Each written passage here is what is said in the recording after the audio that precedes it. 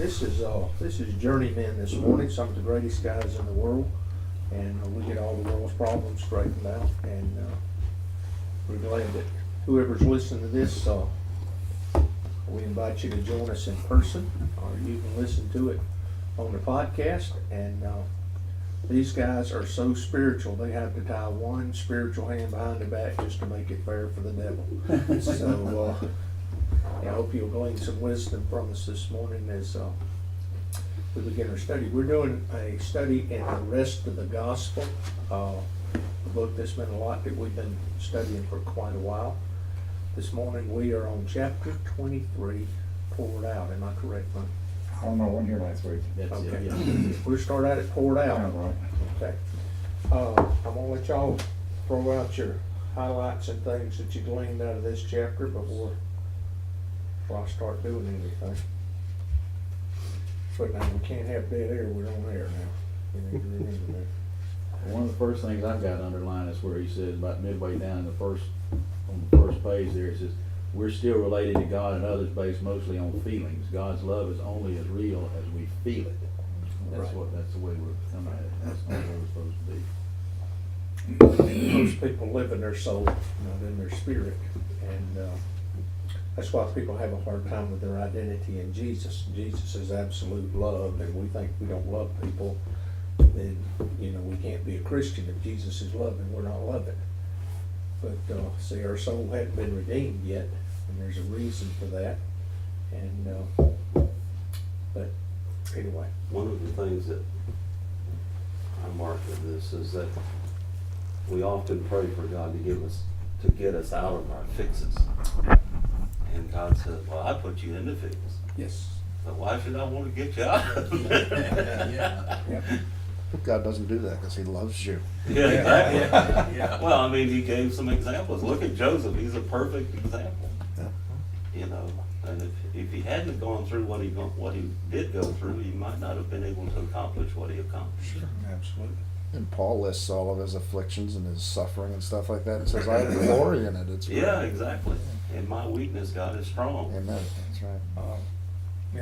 I'm gonna be teaching the next 2 or 3 weeks because there's a lot of stuff on the title of it. If God loves me, why is the sky falling on my head? Mm. We're talking about adversity because you don't hear much about that. I was flipping channels the other night when I couldn't go to sleep, and I ran across a famous preacher with a lot of hair and in a big auditorium with a lot of people, and it was all about, I know you may be at the low end of the totem pole, but God wants you to be promoted to the top. Oh, yeah. And He's gonna do it in a Reach it. untraditional way. You just gotta hang in there and trust God. And yeah, I wish God did it all that way, but what I've learned about God has come in the depths of despair and in the valleys, not on the mountaintop. I ain't learned a whole lot on the mountaintops. So when I get on the mountaintops, I really don't think I need Him. But Well, then- by that definition, Jesus would not have qualified. No, Because he never really made it to the mountaintop. no, He didn't. He didn't have money in the bank or a house to look back to. Or any disciples. Yeah, his whole life was dissipated at the Yes. cross. Either that or we haven't made big enough faith offerings. That's Maybe that. that may that's be probably it. right. That may be Give it. me $1,000, brother, all your Yeah. problems will Yeah. go away. Shame. We went up north when I was looking for God, and I didn't know He was in here. I was looking for Him. And we went up to Virginia, and they had this amphitheater, and this lady claimed that the glory of God felt like gold dust sprinkling down out of the air. And they would sing the same song for 45 minutes, and people would come down the front and just move around till they were mesmerized. I mean, like almost in a trance. And then she was like, there it is. There's the glory. I can see it right here. And it fell up there where I was. It fell down here. And then one guy got up, was trying to raise money for her new book.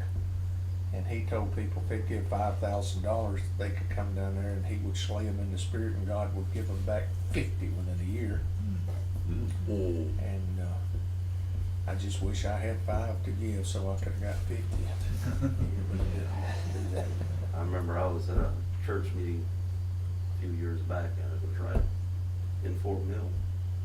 And this lady stood up and said, God told me before I came out here that there were 3 people that was gonna give $20,000 because they needed 3 cameras, and they were $20,000 apiece. And she said there were 3 people that are gonna give $20,000. Well, she waited, and she got 2. And she waited, and she waited, and she waited. For some reason, that 3rd one never did show up. Sometimes you get partial messages. It was pretty tense in there for a bit, I ain't kidding you. Yeah. Wow. Oh, man. On page 228, Oswald Chambers said, "We are poured out wine and broken bread for the spiritually hungry world to eat and drink." He said we can't choose to whom we're going to give our life. God does the choosing. He will send some funny people. You wouldn't pick them out. They're not your kind. You're not content with them. You're not compatible with them, and he puts them in your life. They may suck the life out of you because they're so dry. You're going to think, if that person calls me again. You know, when you get people that call you, just aggravate the hound out of you, but evidently that's one that God wanted to talk to. 229, he said, above the wine and the spirit realm, we have no need because Jesus has already promised us, I am your sufficiency and I am your filling. But most of us don't live above the line. We live below the line where people aggravate us. We get in mood swings. We don't feel righteous. We don't feel holy. And we think because we don't feel it, we're really not. But above the line we are. The important part of life is not worrying anymore about what's my fruit, what's my gift, what's my talent. You just say, God, I'm your person. Once you understand that, you're his vehicle, you can rest. God, I'm the perfect expression of you. I may look like a lemon, but there are folks out there who like lemons. They will see your life and they'll come to you and pick you. Give me your lemons, give me your oranges, give me your apples, give me your fruit. I will attract people to the life within you. And when I knew only that Jesus died for me, I had to go knocking on doors to tell people about it. When I knew that Christ lived in me and that I was the light of the world, salt of the earth, his love expression to the world, I could trust that those who see that in me will come to me. And they'll come to you too. We will give them life. To me, that's the essence of what we're talking about here.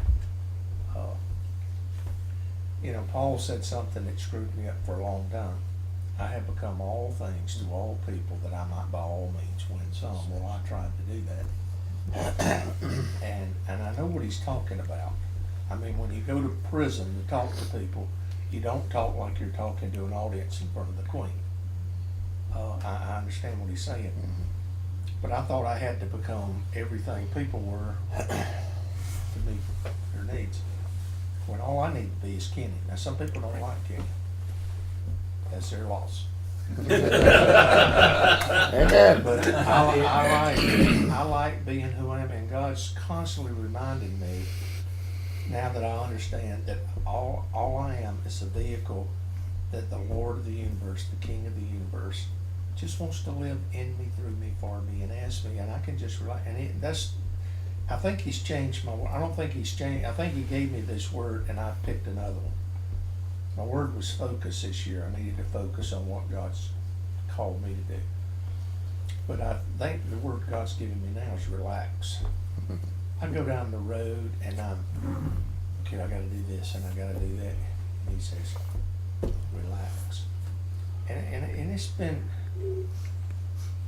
and Bagger Vance, my favorite movie, Bagger talks about, he's trying to get Junior just to quit thinking without falling asleep. And that's kind of where I'm at. I've just about quit thinking, and I can just sit down in the morning. I go upstairs to play with my cat before I come to church. And she'll just lay up there and pet her, and I can almost just get in the moment and just about fall asleep. And my mind don't run over to what I gotta do today and when I gotta do it and who's hurting and who I need to call and whose feelings are hurt. I don't do that because I'm getting to the place where Jesus will tell me what he wants to do at the time he wants to do it, rather than me worried about doing it. The thing I like about Alexa is I can sit in, if something comes up, I can say, Alexa, make a reminder. What do you want me to remind you of? Take a pill. What time you want to take the pill? 12 o'clock. I'll remind you tomorrow. Take the pill, 12 o'clock. See, Jesus is like that. You know, Jesus, you know what we got to do today. Remind me what we got to do. And so, and inevitably he does it. But you see, we worry about, I wonder if he's going to do it. He'll do it. We just don't trust him enough. So we worry for him, and then he does it. So after a while, you learn just, hey, if I forget about it, evidently he didn't want to do it. He will tell you. So, and you can just relax. Except we don't get to program what he tells us to do. No, we don't. That's exactly right. Big difference. Mm-hmm. And we're tied in emotionally to other people, Sure. you know, particularly people that we love and really have a relationship with. And a lot of times, when their lives aren't going as you would want them to go, you tend to worry. I have to say that nasty word, but you do. You tend to worry. It's hard to rest or be at peace or be still because you see them going in one direction that you know they shouldn't go in. You know it's destructive. You know it's going to hurt. Yet when I was reading this chapter, I felt like, you know, maybe that's their journey. Maybe that's where God has them. Yeah. And maybe me praying against what they're going through is praying against God's moving in their lives. So what do you do about that? Well, I can't talk about everybody, but this, you know, we go through this too. We got grown kids. This is gonna shock y'all. They don't think like we do. Amen. I know that's shocking. Yeah. They don't think like we do. They don't raise their kids like we would raise their kids, you know. And one that keeps worrying about it and fretting about it, and would I like it to be different? Yeah.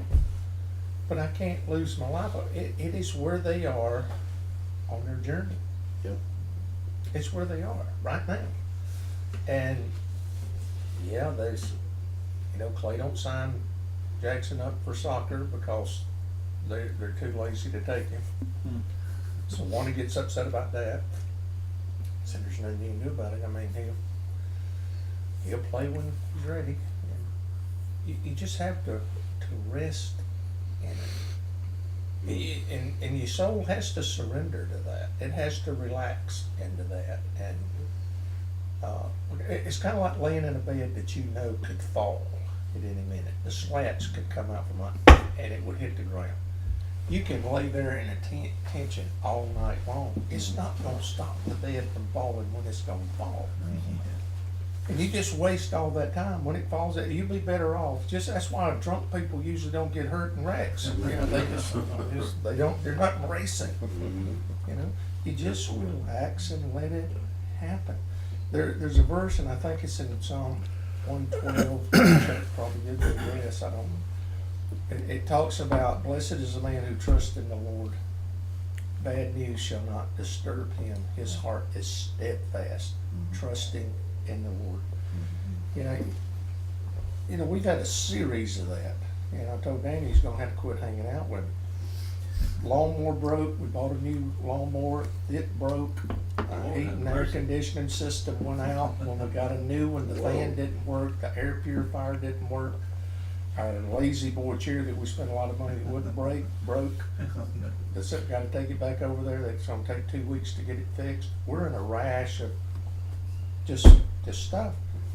The devil loves you. It is, that's exactly right, and so it is what it is. You know, since getting, you know, and I got all, here's what I started worrying about. I called up about the lawnmower, the new lawnmower. And they said, well, you'll have to call over to Rock Hill. Have you got a way to get it over here? No. Well, we're gonna have to charge you $75 to come get it, and it'll be 8 to 10 business days before we can get it back to you. I ain't had it for 3 weeks and only cut the grass one time. And I'm gonna have to pay to get it taken back over there, and it's gonna be 2 weeks before I can get it back in grass cutting season. Whoa. Now, I could've got really upset about it, and I said, no, I'll just go over there and we'll have a word of prayer within that Lowe's. So I went over there and talked to the guy, and he said, no, that is not right at all.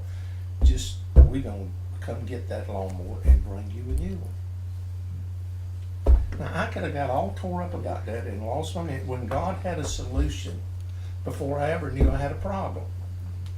So when you learn that, okay, God's got something for this, I don't know what it is, but ain't no sense getting upset with it. And even if I had lost it for 2 weeks. And my chair, I took it over there, the guy said he fixed it, but he didn't fix it, so now I gotta take it back over there today, and they gotta order parts, so I'm gonna be without my chair another 2 weeks. That I paid a lot of money for, so it wouldn't break, you know? So, but anyway, it's no sense getting bent out of shape. Life is way too short. When we get to eternity, we're gonna see how short this life really is. It was just a breath, the Bible says. And there's no sense losing your minutes over stuff that we have absolutely no control over. Like your wife getting upset over stuff that with the kids. Or the kids not living the way we think they ought to live, or you know, the way the world's going. You know? Somebody said the other day, you know, boy, the world is really bad. The world is really not bad, relatively speaking. We're not getting thrown in a lion's den and getting eaten by lions or being lit on fire like a human torch. Yet, you know, yet. But I mean, we're in here studying. We're gonna go eat breakfast in a minute, and I mean, it looks bad. And if you watch any news at all, it looks awful. But just turn off the news, the world gets a lot better. Amen to that. Just turn off the news. And I think the other thing about when, you know, something's happened with our loved ones and we worry, or they're making decisions we wish they weren't, you know, the next thing that I try to do is fix it. You know, that's hard to resist. It really is. But, you know, it's kind of like Matthew was saying, you know, God's put us in the fix, and that's why we're in the fix. And when we try to fix it, you know, sometimes God doesn't need our help. And let me ask you this, and this is me. I want that situation fixed, not because of them, but because of how that relationship's affected me.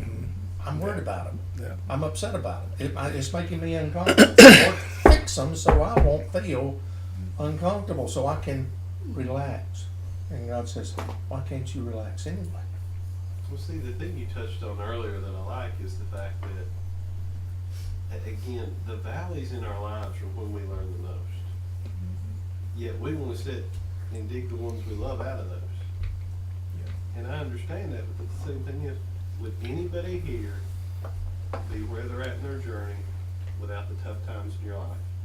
And looking back on it, would you change any of those times? I wouldn't. Because again, I'm not exactly where I'm at right now without everything, the good and bad that's happened in my life.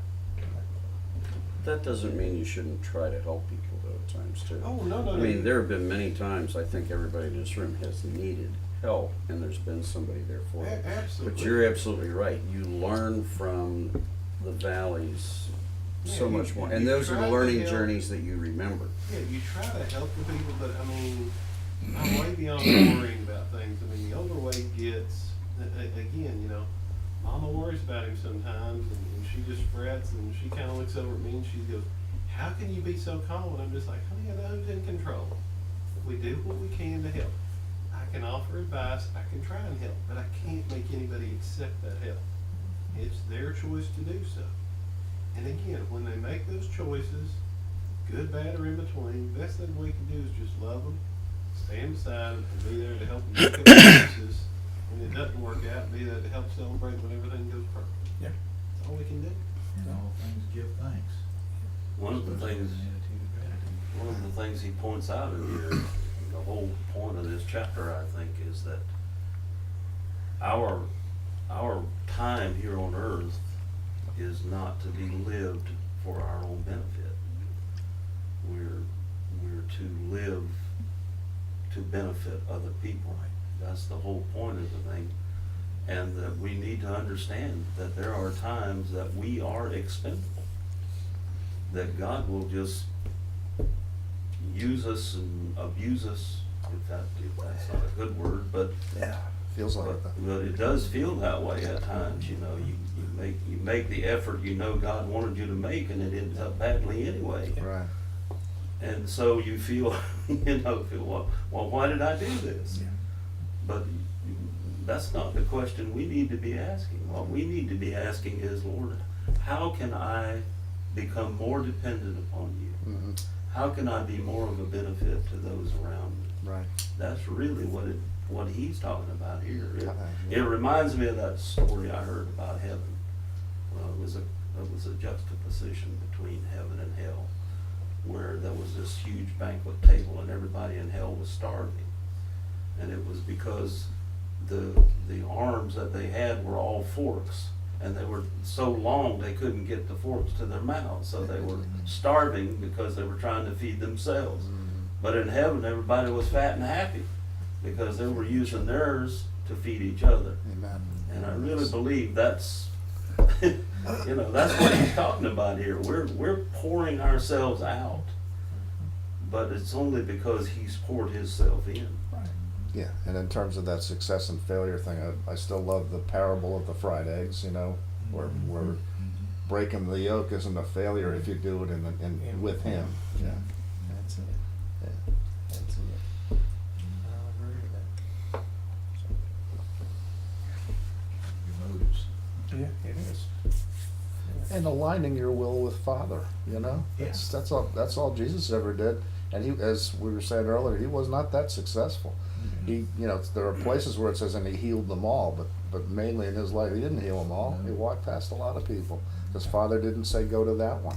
Right. So But he didn't measure success the way we do. Right, exactly. That's right. His success was, am I doing the Father's will? Exactly. I delight to do thy will, O God. Yeah. Period. Yeah. And he depended 100% on the Father's provision, Come what may. come what may. And of course, in Gethsemane is the pinnacle of that, right? Yeah. If this cup can pass from me, Father, you can imagine what he sounded like, Yeah. Let it, please, let it be. And then, no, silence. Okay, let's go. And then for the joy that was set before him, he did the rest. Yeah. The joy of what? Being crucified? No, the joy of pleasing his Father. And he learned obedience. Yeah, to the things Things which he suffer. suffered. That's right.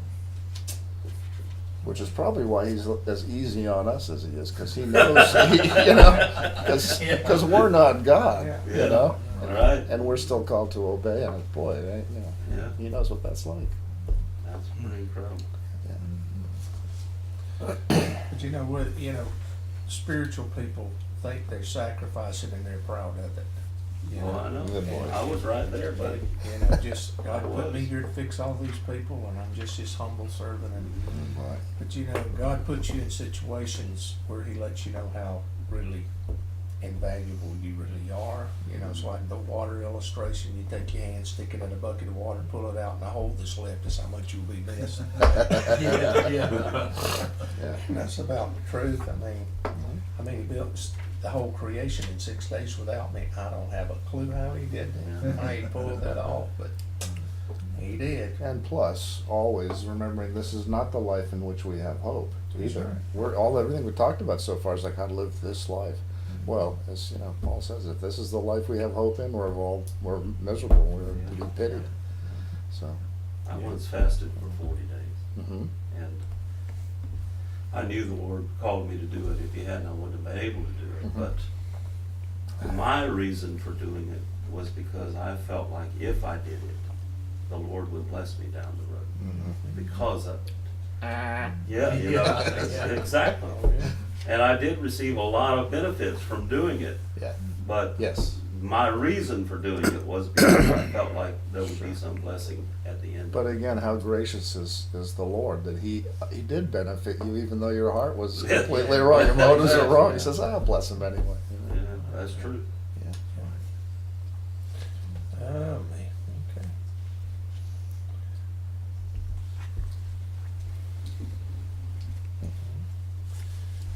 Oh, it is Psalm 112, Kenny, by the way. You had that right. Oh, I looked it up. Okay. Verse 7. Okay. It's on page 229. An important part of life is not worrying anymore about what's my fruit or gift or talent. I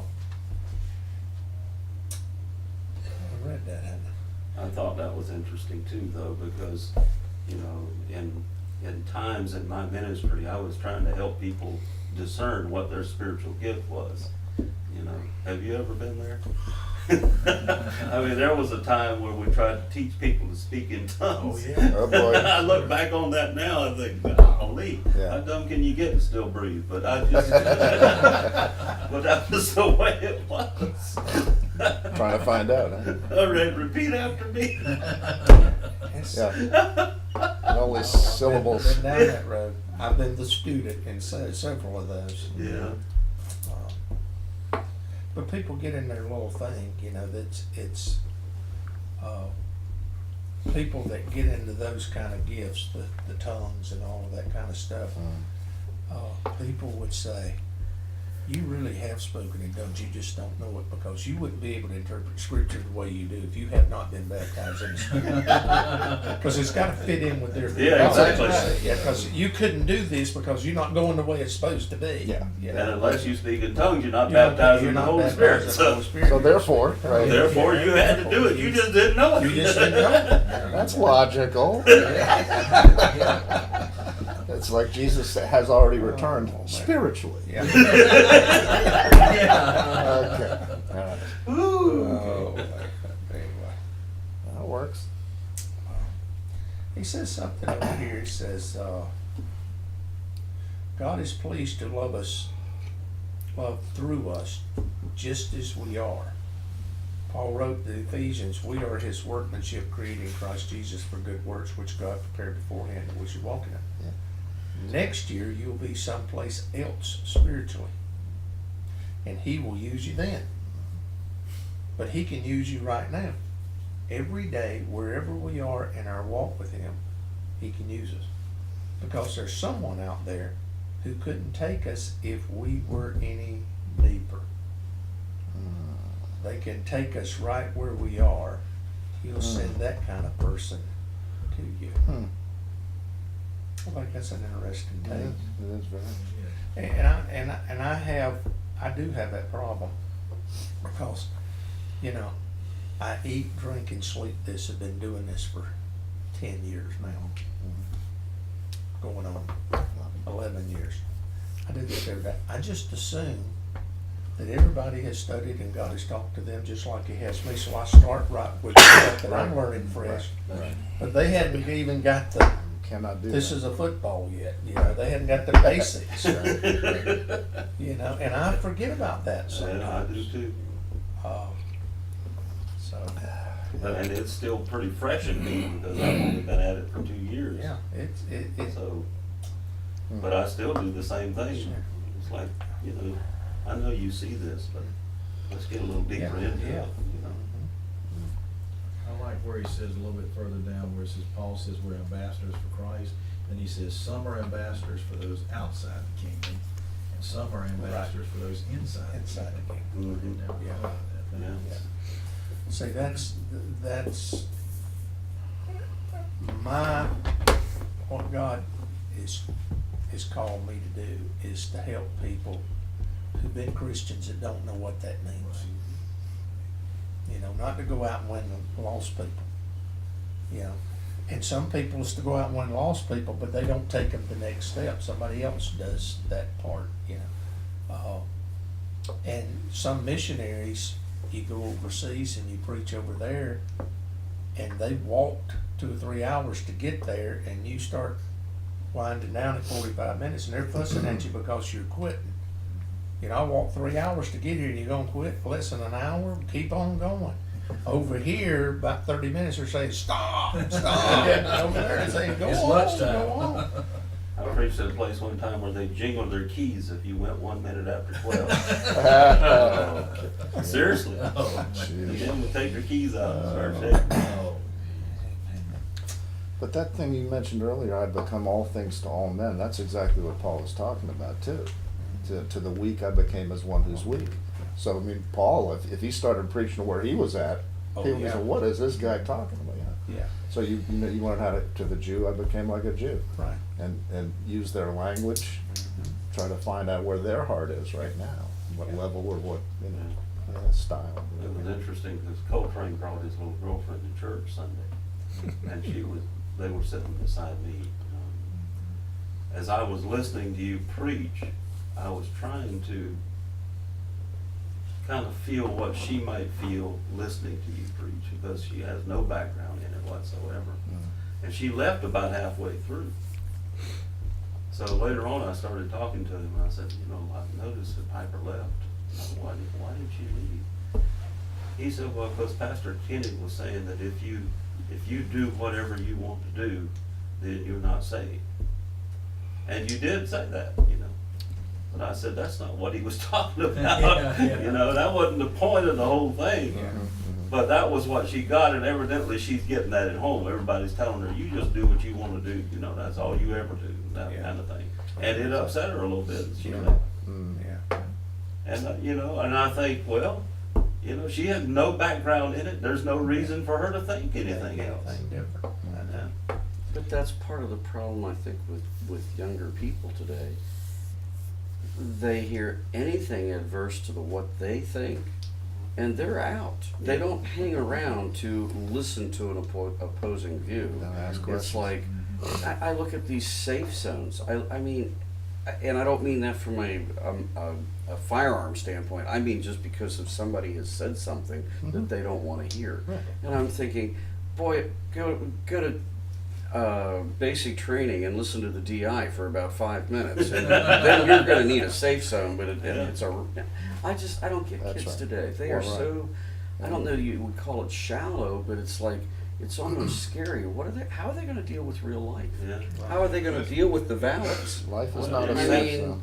You have I- to ask what kind of life they're going to create We've as a created. result of the way That's they right. What's think. real life gonna be like? Right. That's Yeah, scary. I mean, adversity, It'll be it's what authoritarian. makes you strong.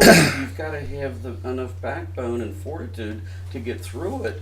Right. Or otherwise they're going to be, I understand why so many of them, I guess, are on some form of drug or another. They I can't think cope with it. they can't. Remember when Well- the nation was dealing with smoking, Yeah. and they had, after a while, they had places where you could go to smoke, but you couldn't smoke everywhere else. You just Right. now they got places where you can go for free speech, Yeah. but you can't have free speech everywhere else. If you want to talk your mind, you got to go over here.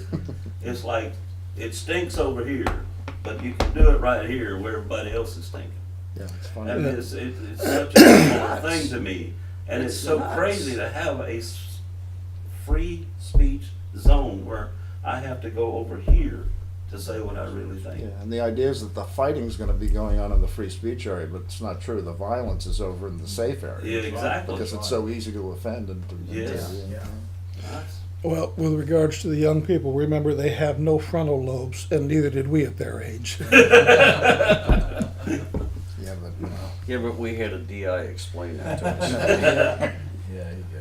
well, we ask questions too. What do you mean by that? Instead Yeah. of saying I'm offended, you're a bad person. yeah. Or where did you get that information? Mhm. I feel so sorry for the police officers today.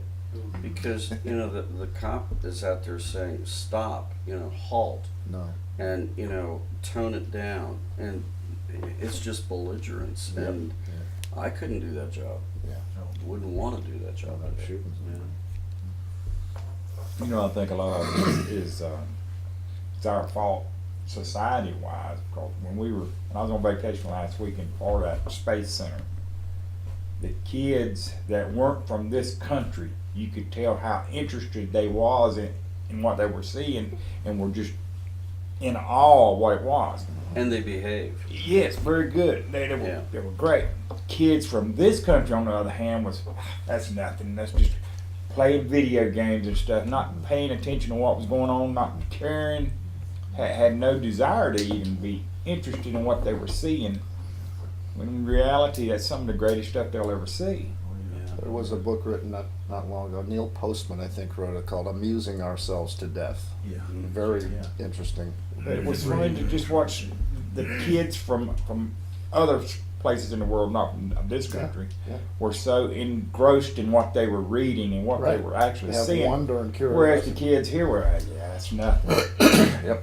You played that new video game last week, Yeah. and that's all they were worried about, or texting, or keeping your head in the phone as you walk around, not seeing a thing, just Right. walking right past life. Ultimately self-centered, right? Yeah.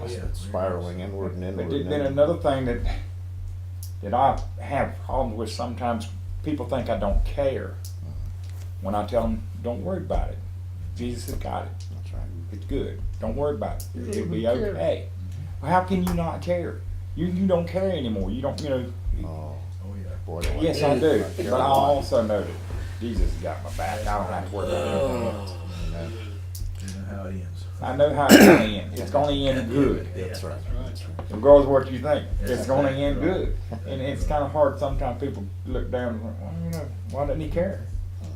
When actually I do care. Right. But I know there's nothing I can do. But I know the person that can. You would think that Satan would have left America alone, wouldn't you? You would think. Because we were distributing this gospel of religion and ritual and you have to work your way to God and all that, and you would think that would have been enough for him, but evidently it We wasn't. were doing his work for him. Yeah, well, I mean, now he's gotten to the point where the kids are having free sex all the time, and you look at what they're being confronted with as far as drugs go and that kind of thing, and I mean, it's like, It's a sad state of affairs. Well, sure. it's like his plan is being played out right in front of our eyes. Sure. And also, I hate to say, I could probably make some enemies here, but when we talk about making America great again, we're talking about making our economy and our military strong again. Why? So we can continue to be comfortable and covetous and materialistic, and, I know. which is what got us where we are in the first place. Well, yeah, and there's no doubt about that, but the other side of it is to have a tyrannical despot who's just over Not us talking, all the time. correct, not talking about a lack of freedom, but see, but you get in bondage to the materialism, to the affluence, as we talked about before. And it's true. I read an No doubt article, about it. I think it was yesterday, about a football player for Tampa Bay Buccaneers. Decided he's just gonna give all his stuff away. And he's got him a big Ford van that he's fixed up, and he's been reading about this minimalist living. He gave his car away, he's given his house away, to charities and stuff, and he said he's just gonna travel the country for the next year. He's Quit not- playing football, and he's just gonna travel the country. He said he thought about storing all this stuff, but he said, no, if I did that, I'd have to worry about it while I was gone. That's right. Mm-hmm. Pay for He said, this way, my mind is clear, it's free, I can travel the country and see all the places I'm gonna see. Wow. And when I get back, then I'll see what direction I wanna go. He has not where to lay his head. That's Yeah, right. yeah, that's He's right. just gonna. And he Free has to not pick up. wife to drag around. That's He also said he made $8 million in the last. Well, Lord have mercy. But he gave it all away. 10% of But that he was- gave everything he bought. He just, okay, this charity can have this, and this charity can have that, and do what you want with it. Wow. You Takes the know, pressure off. what we were talking about earlier reminds me of a discussion we had in Sunday school a while back about people say that they don't know if they can handle eternity in heaven because they finally get bored. But see, that's the difference between the spirit and the soul. It is the soul that wants to be entertained. It's Yeah, the soul that gets bored, Yeah. not the spirit. Yeah, that's right. You know, and That is true. Well, sure. and this little conversation we have about kids these days, our parents had the same conversation, and their parents, and their parents. Well, it wasn't the same one. It was a similar one, but it wasn't the Yes. same. Yeah. It was not the same. It was worse now. Yeah. You're absolutely right. But When you I know, was 14, I time- had no frontal lobe. Well, we talk about time being relative, and that is very true, but you know, I can think back when we were kids, and I'm a little older, a little younger than some of you, but time moved slower. And I don't mean just because of, you know, today everything is instantaneous. Yeah. I mean, between email and texting and Instagrams and all this stuff that the kids are bombarded with, they know everything almost the second that it happens. And then, if it's on TV, it goes on ad nauseum for the next 2 or 3 days if it's a big issue, and it's all you see. And I'm thinking, we are really out of kilter here. I mean, it's just, the priorities are wrong. Well, even commerce has become instantaneous almost. Yeah, I It's mean, you can unbelievable. get a banana or an orange year round. You can get asparagus year round. I mean, when I grew up, those were certain times a year. Strawberries, certain times a year. I mean, now it's you go to the grocery store and pick it up.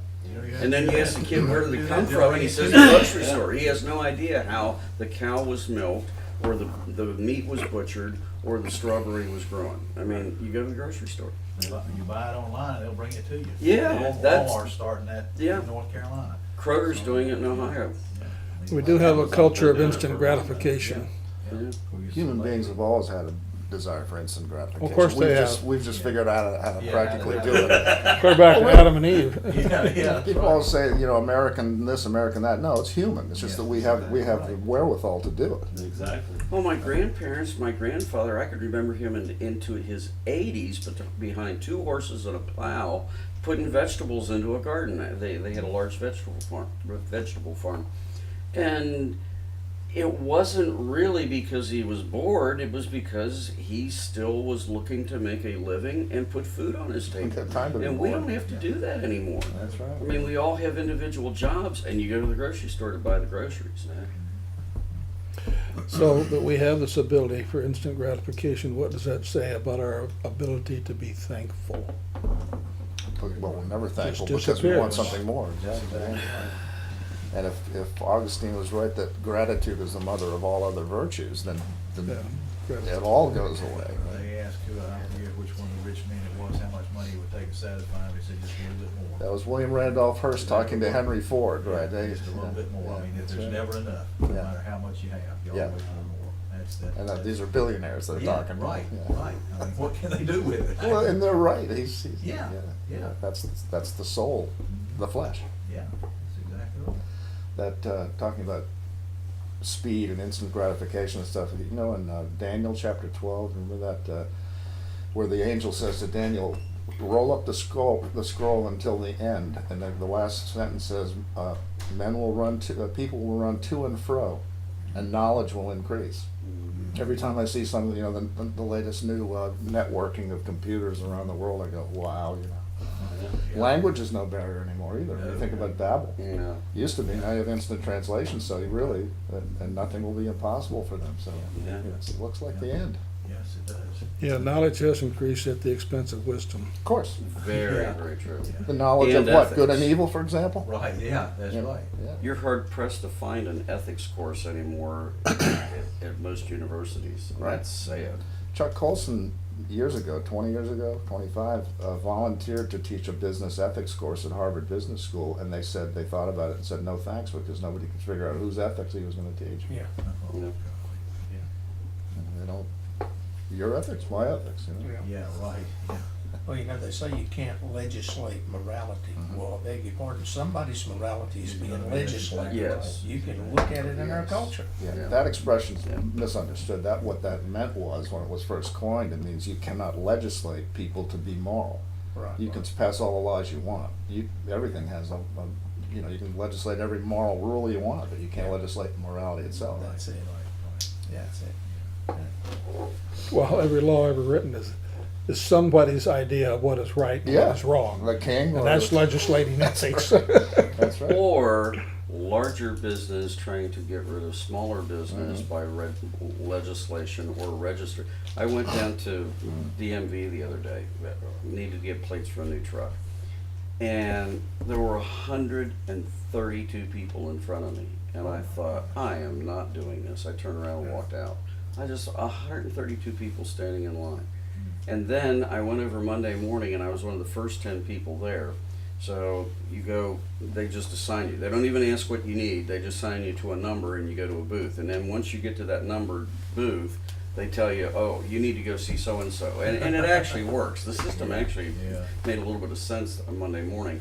But I got over there and was told, oh no, you gotta go over to York County and pay the property taxes first and then come back here. I was ready to scream.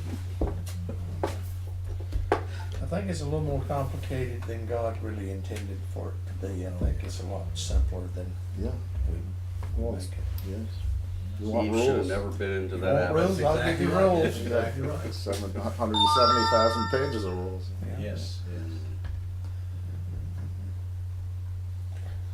Okay, the hour has come upon us and Close the departed. bell.